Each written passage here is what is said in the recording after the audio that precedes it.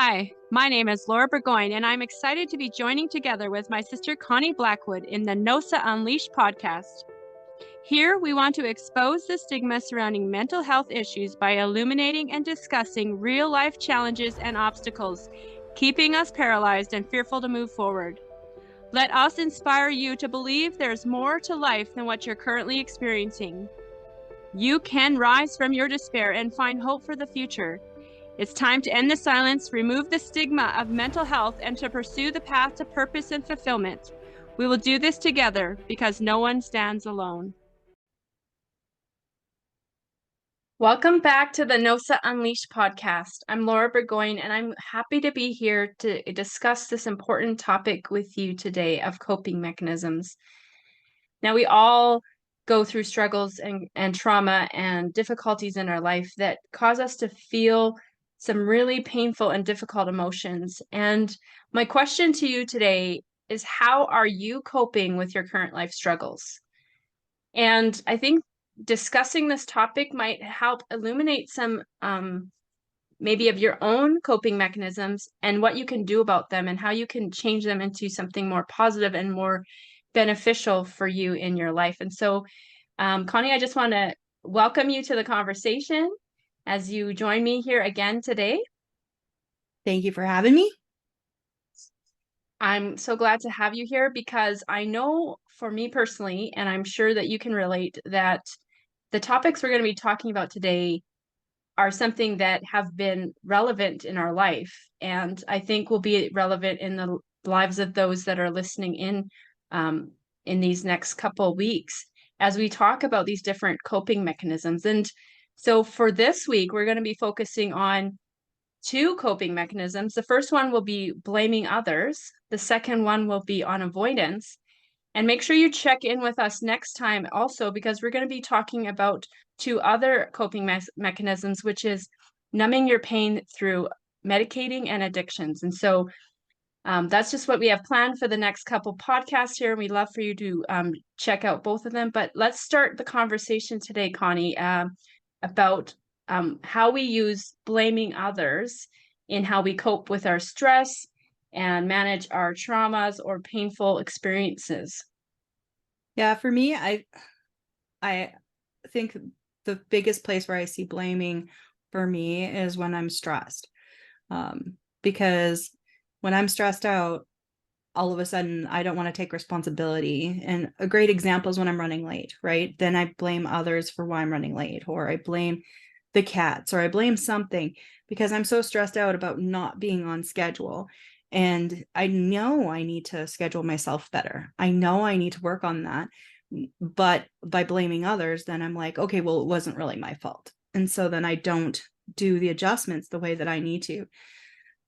And so I think, in doing that, I keep ending up in the same rut, right? And I don't do anything to correct it. And so by actually acknowledging, oh no, you know what, I need to reschedule myself so that doesn't happen, then all of a sudden, okay, even if the cats were trying to escape the house or whatever, if I scheduled enough time to handle the whatever, then I would still be on time. And so I need to start scheduling for extra time in case whatever happens. And if not, then I'm early, which is amazing. So that's just a simple thing. But at the same time, whenever I'm stressed out, I see it rear its ugly head, right? Because I'm too stressed to, in that moment, take responsibility. Yeah.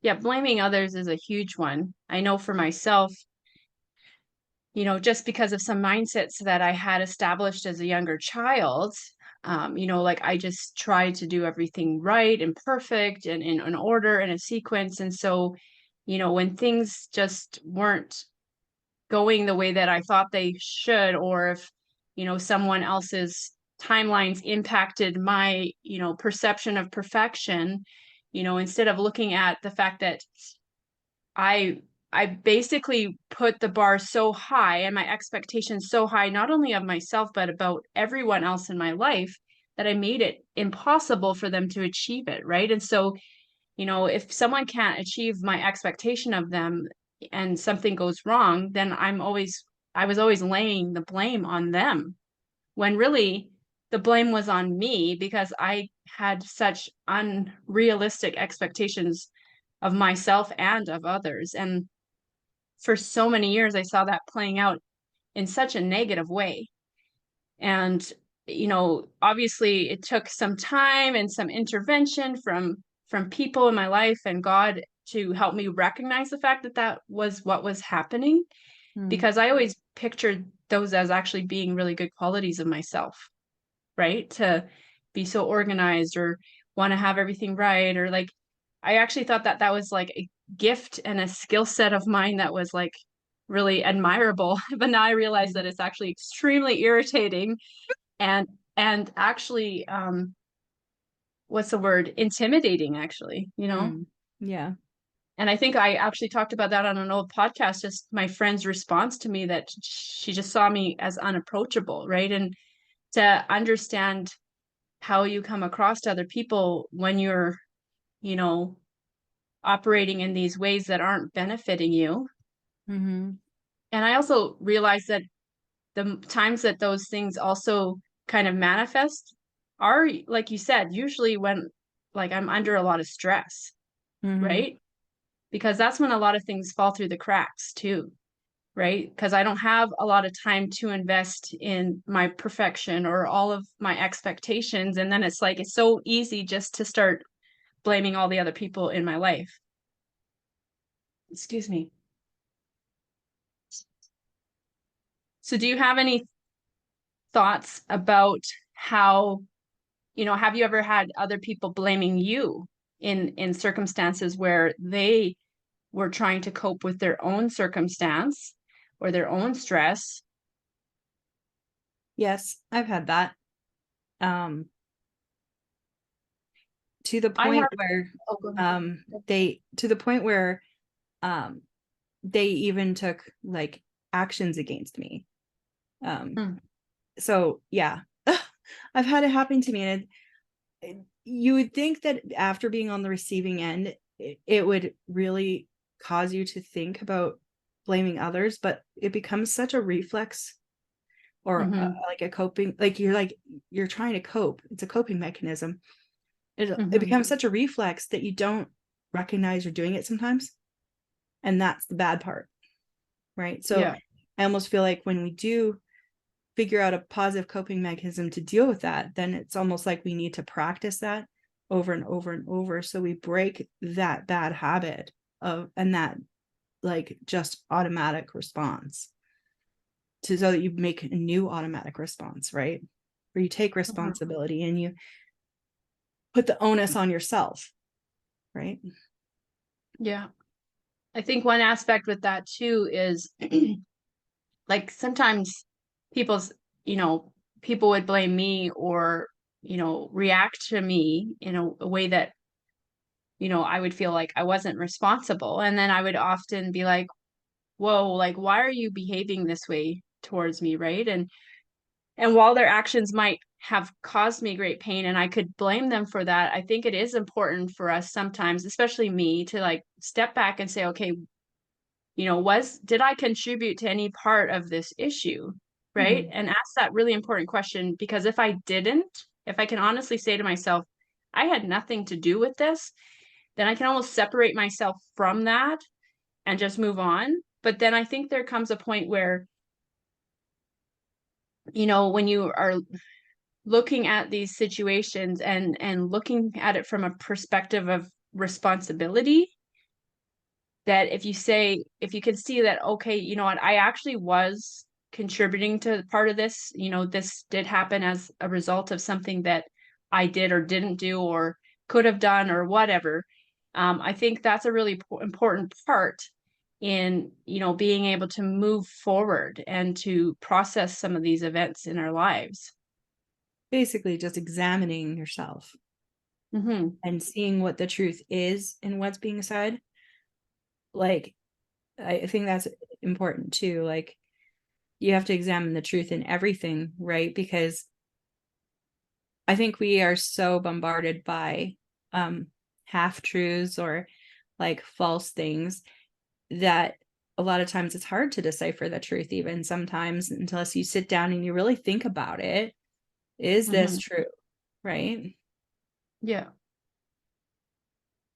And to even say that, like, if I'm freaking out and blaming someone else for what's going on, to even say, like, is this true? Are they responsible for my problem right now? And most of the time, it'll be no. Yeah, most of the They're time it's 100% not responsible for what I'm going through right now. yeah. Awesome. Well, the next one I want to talk about is avoiding, and this one's huge. When we have challenges, when we have stress, and especially in times of stress or when we feel overwhelmed, the normal reaction is to avoid, Mm-hmm. and a good word, and this doesn't always apply to this issue, but even procrastination is a form of avoidance, Mm-hmm. or can be, depending on what it is. Um, it's almost like that picture of, putting your head in the sand, pretending that the problem doesn't exist, right? And I found myself just even recently being faced with this once again, because I had this huge task that I had to achieve, and it was causing me a lot of stress. And I knew that I couldn't just sit down and do it in like an hour. It was something that was going to take a significant amount of my time, mental capacity, and effort. And so because I knew I couldn't invest a lot of time at it at that moment, I just kept putting it off. And in order to put it off, I kept busying myself and distracting myself with other things that could have waited, that weren't as important, that didn't have the same kind of deadline that I had on this particular task, but it was causing me so much stress. And that was the way I was coping with it. And once I realized what I was doing, I was like, okay, dude, I gotta figure this out. And I was like, that's it. I'm clearing my whole calendar and I'm going to sit and I'm going to get this done until it's done. And that's what I did. Last weekend, I cleared my whole calendar. I sat down and I got this project completed, sent off, and now that huge burden of stress is gone. But if I hadn't made that conscious decision to say, no, I'm going to tackle this head on, I'm going to no longer keep ignoring it or pretending it's not there or pushing it off, um, it would it would still probably not be done right now, Mm-hmm. to be totally honest with you. So, you know, those the issue of avoiding and putting things off because they kind of seem too overwhelming or too stressful or too all in consuming is a huge problem, I think, for a lot of people. I think another problem with avoidance is I don't know about this generation, but when I was a kid, we were like I was taught that a way of dealing with things is burying it, right? Like, Right.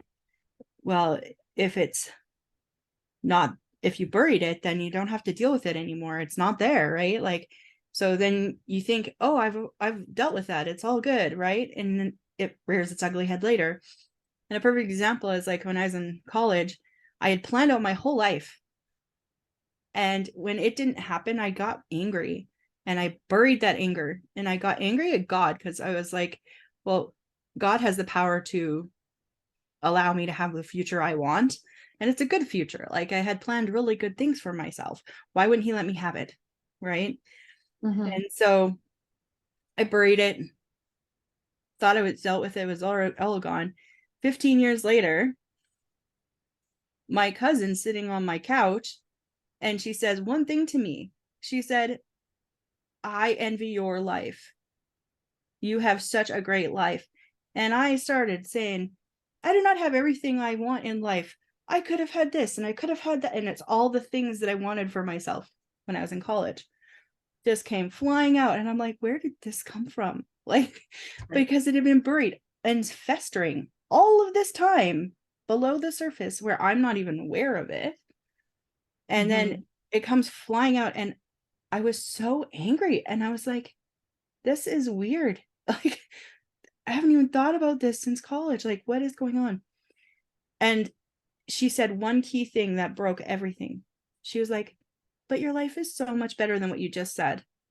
And I was like, you're right. So, Mm-hmm. in other words, where God directed me ended me up in a better place than if I had planned my own life. And so Yeah. instead of recognizing that along the path, deep inside, I was holding on to this anger because I'd buried it and I avoided dealing with it because I never thought about it. So even burying is a way of avoiding something. And Mm-hmm. it's not a good thing to bury things. It's better to deal with things in the moment. Like actually just go, you know what? Okay, I feel this way. I'm angry because I did not get my way. Okay. So what can I do about it?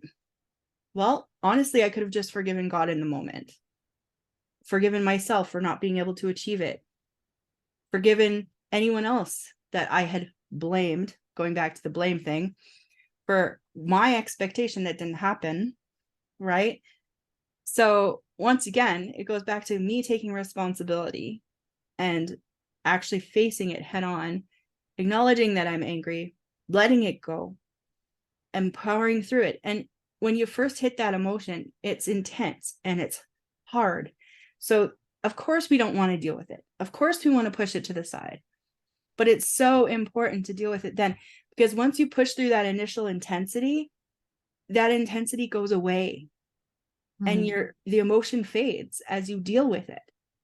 And so the hard stuff, the painful stuff, it's only painful for a bit. It's not painful forever. And then Right. once we deal with it, it's gone. That's the beautiful part. It doesn't have to live with us forever. And when I look back, I see how that anger did affect my life in negative ways all throughout that, because it was still operating within me, even if I wasn't acknowledging that it was there. Mm-hmm. That's so true. Avoiding the problems, ignoring them doesn't make them disappear. They're still there. They're still operating in the background. You're so right about that. And they will show up in some of the most weird ways. You might be Mhm. surprised. You're like, you'll have a reaction to something and you're like, where did that come from? Well, it's been something that you've been avoiding to deal with for a long time. And maybe what you've done is what Connie did was you've buried those emotions, those thoughts, those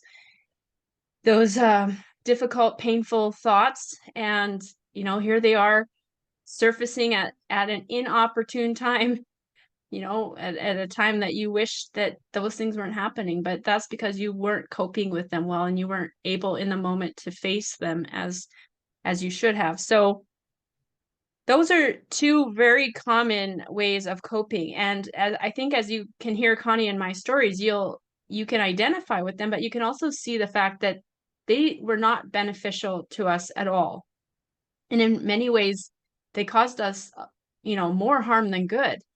And in more areas than what they should have if we had just dealt with them. And so, Connie, I want to just shift this conversation into like, if we're not focusing on, or if we're not choosing to cope with these issues in our life in these two common ways of avoiding or blaming others, like what are some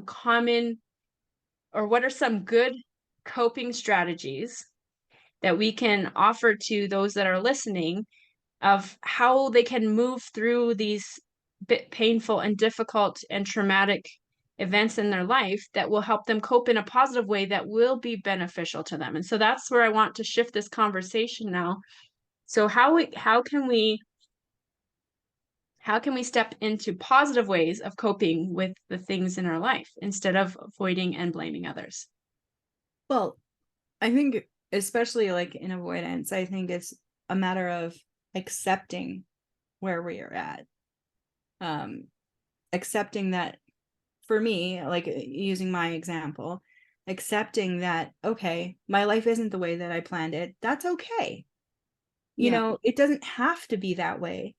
And I don't have to be angry about that, because there's still a whole new adventure out there that I haven't experienced yet. So what if it's not going the way I planned it?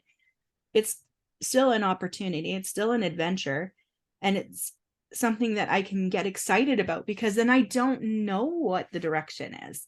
And that's almost more exciting than actually knowing in a lot of ways. But it's accepting where you're at and knowing that it's okay. It's okay to be where you're at. It's okay if you're disappointed. It's okay if you're angry. Feel the emotions.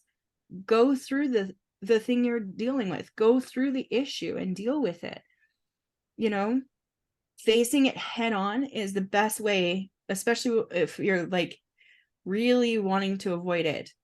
Then that's the time you need to press in and go, no, I need to face this, and I need to face it now and not Yeah. let it just get away from me. Right? Like that, for me, that's the best way, right? Like the minute that I feel a resistance, the minute that I feel like, oh, this is something I need to bury, that's when I go, no, strap on your strap on your combat boots. It's time to get to work. Right? Yeah. So, Well, and I think too, sometimes those emotions or those things that you're dealing with might be bigger than what you can even handle yourself. And in those circumstances, I would recommend that a way to face your issues is to reach out and talk about it with someone that you trust, whether mm-hmm. it be a pastor or a counselor or a trusted friend, because being able to verbalize and talk through your struggles and to face it head on, that, yeah, I mean, you won't be partnering with avoiding, right? Yeah. You'll be wanting to pursue an outcome, a positive outcome, wanting to deal with whatever it is that you're facing. And so, if it's not something that you can tangibly do, like in my example, my project that had to get done, instead of, making space for it, that was something that I could handle in myself. But if it was an issue that was bigger than that, it was an emotion or some kind of trauma that was something that I couldn't feel like I could handle on my own, I Mm-hmm. would have, needed to seek out some supports from someone outside of myself. And so I think that's important to also recognize that sometimes the things that you're coping with may be a little bit outside of your ability to handle yourself. And it's okay. That's part of accepting where you are. I know that there was a period of time in my life in my 30s when I had hit complete burnout, both mentally and physically, and I couldn't cope with what I was going through on my own. And that's when I sought out my counselor and my life coaches, and they were like integral in my healing process.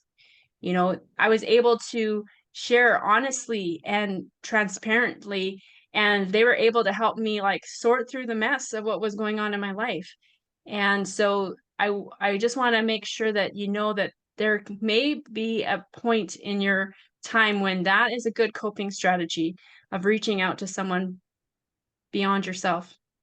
Yeah, it reminds me when I was working for a gas station and I got robbed. I was so traumatized by that. Like, I was fearful, locking everything because it was at knife point, and I was freaked out.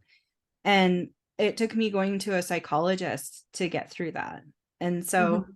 like Laura said, like there's times when it's too big for you, no matter how many great strategies you have, no matter how many tools you have in your tool belt, there's times when you need another person. So Yeah, don't be scared to reach out. absolutely.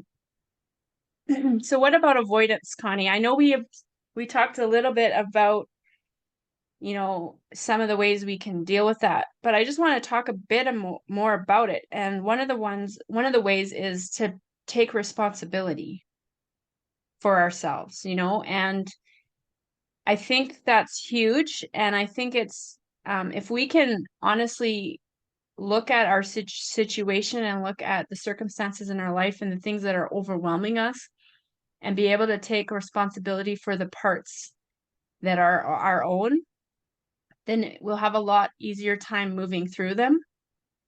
But you also mentioned another issue too with you had to forgive, right? And I think forgiveness is a huge piece of not avoiding, right? Because a lot of times part of our wanting to avoid problems is because then we kind of have to face the fact that other people in our life or other situations in our life or even ourselves, like we have to offer forgiveness. We have to be able to look at it where we are and be able to move beyond it and be willing to forgive ourselves or forgive other people or forgive a circumstance, something that happened in our life. Yeah, because by not forgiving, all you're doing is chaining yourself to either that um, trauma or that person that hurt you, or what, or even if you're not forgiving yourself, then you're walking in that, and you'll eventually grow to like hate yourself, and that's not positive at all. And Mm-hmm. sometimes when you take responsibility, make sure that you're not also going too far to the extreme where you're also then like talking, like telling yourself that you're horrible, you're an awful person, like you're taking it way too far. Then it's one thing to take responsibility and to like acknowledge your part in something. It's another thing to degrade yourself. Like, don't go Right. there. You need to No. forgive yourself and move on, Mm-hmm. because you are an important person. You have a lot of value. And even we all make mistakes. We all have issues in our lives. So take responsibility, forgive yourself, and move on. And just acknowledge that none of us are perfect, you know? Mm-hmm. So that would be my encouragement, is don't be too hard on yourself, but at the same time, be real. Be honest with yourself. Yeah, actually, as you said that, it brought up a memory of a time because I also had a lot of pent up anger, and I completely lost it one day on some people I really deeply care about. And, I was able to, I called my friend immediately, told her what had happened, and was just so grieved at what happened that moment. And, she was able to say, what, everyone makes mistakes, but I was able to see my part in it. And I was able to say, what, this wasn't fair to them. And I was able to go back and, say, I am so sorry that I treated you like that. You did not deserve that whatsoever. Please forgive me. And so even walking through that process of when you find out how you were responsible in a situation, to be able to take responsibility, go to those other people and say, please forgive me for what I did because I was coping in a really bad way and I took it out on you. And I had to do that. And so we were able to, reconcile relationship and move forward from that point. Um, but if I had just avoided that situation, that whole relationship would have been strained, possibly, a lot more damage would have been done in the future, moving forward with not taking responsibility for myself and bringing resolution to that. So that's an important part to this as well. Mm-hmm. For sure. Well, unless you have any final other thoughts here, Connie, I think we'll just close up for today. And so I hope that this brought some clarity and some light to maybe some ways that you are coping. And I'll bring us back to the question I asked at the beginning, which is, how are you coping with your current struggles? Mm-hmm. And maybe it's one of the ways that we talked about today. And I would encourage you to seek out positive ways of coping with what you're going through. And if it's bigger than what you can do on your own, then reach out to someone who can help you. And I would love to also mention again that we'll be continuing this conversation next time on our podcast. And next time we'll be talking about how we numb our pain through medicating and addiction. So we look forward to seeing you next time on the NOSA Unleashed podcast. Bye. Bye. Thanks for tuning in. Join us next time on the NOSA Unleashed podcast.